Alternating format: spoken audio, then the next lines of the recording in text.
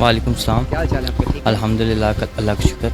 हमें बताइए अपने प्रोडक्ट्स के बारे में क्या जी, मैं यूनिवर्सिटी ऑफ गुजरात का टेक्सटाइल डिपार्टमेंट का स्टूडेंट हूँ और आज मैं यहाँ पर इस एग्जीबिशन में अपना काम लेके आया हूँ, जिनमें ये सिल्क के दुपट्टे हैं जो कि हाथ से पेंट किए गए, हैंड पेंटेड है। और ये जो हैं बैग्स हैं, ये भी हाथ से बनाए गए हैं। जैसा कि मेरा कैमरामैन दिखा सके तो बैग और हाथ में हैंडमेड के जितना जो है हमारा सारा काम हैंड पेंटेड जो है वो हाथ का काम है, हैंडमेड है। जितने यहाँ पे आपको बैग्स और दुपट्टे नज़र आ रहे हैं, ये हमने सारे जो हैं वो उन पे खुद काम किया हुआ है। इस सिल्क के दुपट्टों के ऊपर हमने सिल्क पेंट और बाद में जो है बाद में हमने इसके ऊपर जो है वो एम्ब्रॉयडरीज़ वगैरह की हुई हैं और बैग्स के ऊपर भी आप देख सकते हैं सारा काम हुआ हुआ है जो है हमने। और ये सारा हैंडमेड है और हम स्टूडेंट्स ने ही खुद काम किया हुआ है और ये हमारा फाइनल का डिस्प्ले है।